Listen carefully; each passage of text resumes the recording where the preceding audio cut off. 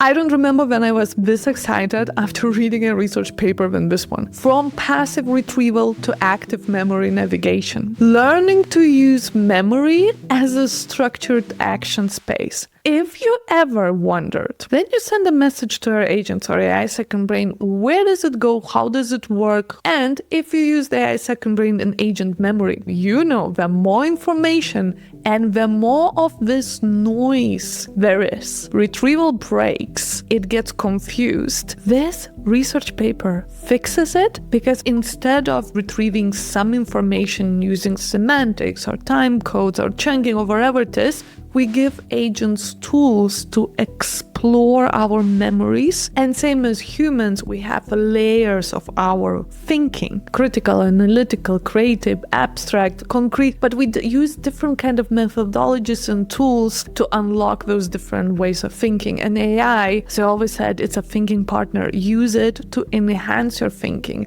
not to replace it. We don't build AI second brain so we don't think and don't remember anything and just ask it and it gives us information. We use it so that we can actually think bigger, expand our thinking. I worked with multi-agent systems. I built the open, close, secure, and safe replica, which I've been using for the last months. And my community tested that's one of the best agents we still use to this day. I had to implement everything what this paper said. So Qwen business unit introduced this paper, okay? It is July 2026. They introduced NapMem, a framework for learning to use long-term user memory as a structured action space rather than passive retrieval context. NapMem organizes user history into linked multi-granularity memory pyramid where raw conversations, typed memory records, topic tracks, and user profiles. So it could also be not just one identity, but maybe multiple users using this same action space. All this is connected through provenance relations and exposes these levels through memory tools. Our results suggest that long-term user memory benefits from coupling structured storage, like what we're using in GoBot, like convex, with learned policy for using memory at the appropriate granularity. If you do anything today, take this research paper, toss it in your AI. If it's Hermes, if it's OpenClaw, if it is Claude Code, doesn't matter. Come to the community, check out the GoBot, set it up. And the last thing I want to show you is what happens if we send live message, because I wanted to see how is this agent actually using tools to navigate my whole memory. I will test two things about something that happened months ago and something that happened last week. What was my call about together with short end of a week sync call? Can you tell me from your memory?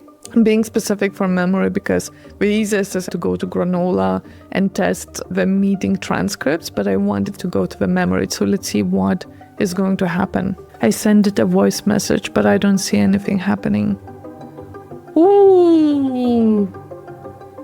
Look! Okay, voice message, transcript. You're literally seeing everything on the screen. At the same time, it's searching conversations. Okay, tool search. It's so wow! It's going into messages.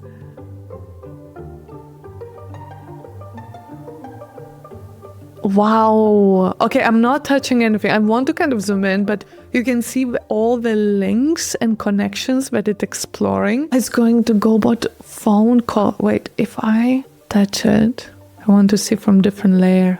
It's going through topics, clusters. It went to Granola, it went to the GoBot calls, it went through the different facts, found shorts, found got a weekly agenda meeting. I can see all the tools that it used. And if anyone is now, hey, what's about the latency? You just put a faster model behind it. Now it's not using the fastest model. I said, what did I discuss on my latest call with short last week? And short. So it had to go through multiple layers of reasoning. So I had today's call, but we talked about memory heist video. Yes. Yep. And this is the sync call that we had with short. It's crazy. Last thing I'm going to ask is about Tenerife. hey, when was I planning to go to Tenerife? I'm not saying here to search my memory, okay? So I just send voice message. Let's see what happens.